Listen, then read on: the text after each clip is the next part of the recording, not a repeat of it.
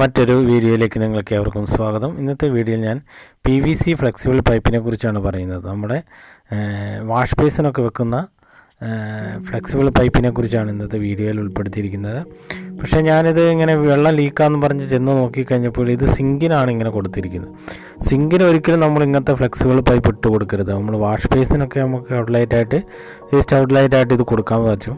പക്ഷേ അടുക്കളയിൽ ഒരിക്കലും നമ്മൾ ഇങ്ങനത്തെ പൈപ്പുകൾ ഉപയോഗിക്കരുത്. കാരണം ചൂടുവെള്ളം ചെന്ന് കഴിയുമ്പോൾ അത് വല്ലാണ്ട് ചൂടായിട്ട് ഇത് വലിഞ്ഞു പോയിരിക്കുകയാണ്. അതിൻ്റെ ഫ്ലെക്സിബിൾ മൊത്തം പോയി ചൂടുവെള്ളം വന്നിട്ട് വലിഞ്ഞു പോയിരിക്കുകയാണ്.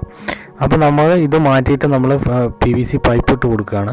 അതിനിപ്പോൾ നമുക്ക് ആവശ്യമുള്ളത് ഒരു 45ഉം ഒരു 1.5 ഇഞ്ചിൻ്റെ പൈപ്പുമാണ് നമ്മൾ ഇതിന് വേണ്ടി ഉപയോഗിക്കുന്നത്. ഇങ്ങനെയൊന്ന് ചെയ്താൽ മതി. എന്നാൽ പിന്നെ ചൂടുവെള്ളം പോയാലും കുഴപ്പമില്ല,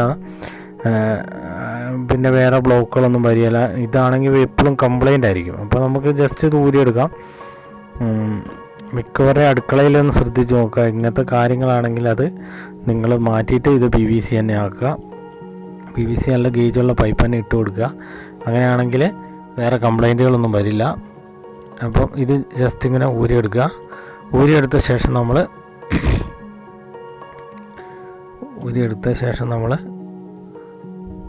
പൈപ്പിൻ്റെ പീസുമൊക്കെ ഒന്ന് വെച്ച് നോക്കുക. ഇത് ഏകദേശം റെഡി ആണോ എന്ന് നോക്കുക. ഉണ്ടോ? ഇവിടെ നിന്ന് നേരെ നമ്മളൊരു ചെറിയ പീസ് പൈപ്പ് താഴേക്ക് കൊടുത്തു കഴിഞ്ഞാൽ നമുക്കത് കറക്റ്റായിട്ട് കിട്ടും. പിന്നെ ഒരു കാലത്ത് നമുക്ക് ഈ മറ്റേതാണെങ്കിൽ നമുക്ക് ഒരു വർഷമൊന്നും കിട്ടത്തില്ല. ഈ ചൂടുവെള്ളത്തിൽ പോയിട്ട് നമുക്ക് ചിലപ്പോൾ ഒരു 2-4 മാസം കൊണ്ടൊക്കെ മാറ്റേണ്ടി വരും. അത്രയും പോലും കിട്ടത്തില്ല. അതുകൊണ്ട് ഒരിക്കലും നമ്മളത് ചെയ്യരുത്. അത് നിങ്ങൾ ഉപയോഗിക്കാം.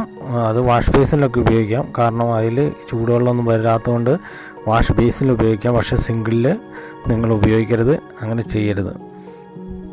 ഓക്കെ, ഇത് നമ്മൾ കട്ട് ചെയ്തെടുത്തു. നമ്മൾ അളവ് നോക്കിയിട്ട് നമ്മളിപ്പോൾ കട്ട് എടുത്തിരിക്കുകയാണ്. ഓക്കെ, നമ്മൾ പശ ഇടേണ്ട കാര്യമൊന്നുമില്ല. കാരണം നമുക്ക് ഇടയ്ക്കൊക്കെ ഊരാനുള്ളതുകൊണ്ട് നമ്മൾ പശ ഇടേണ്ട കാര്യമൊന്നുമില്ല.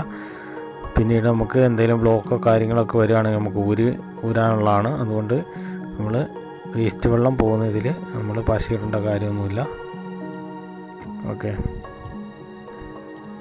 നമ്മൾ ഇതേപോലെ കയറ്റിയിടുക. ബെൻഡ് കയറ്റിയിട്ട ശേഷമാണെങ്കിൽ നമുക്ക് ബുദ്ധിമുട്ടൊന്നും ഇല്ലാണ്ട് നമുക്ക് ഇടാൻ സാധിക്കും. അതുകൊണ്ടാണ് നമ്മൾ ബെൻഡ് ഊരിയത്. ഇനി നമ്മൾ മുകളിലിട്ടിട്ട് ബെൻഡങ്ങ് തട്ടിക്കൊടുത്താൽ മതി.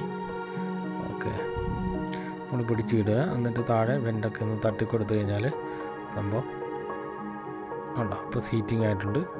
അപ്പോൾ നിങ്ങൾക്ക് വീഡിയോ ഇഷ്ടമായാൽ നിങ്ങൾ തീർച്ചയായും ചാനലൊന്ന് സബ്സ്ക്രൈബ് ചെയ്യുക, ലൈക്ക് ചെയ്യാം, ഷെയർ ചെയ്യാം, മറ്റുള്ളവരിലേക്ക് എത്തിക്കുക. അപ്പോൾ മറ്റൊരു കിടിലൻ വീഡിയോ ആയിട്ട് ഞാൻ വീണ്ടും വരുന്നതായിരിക്കും. Okay, thank you.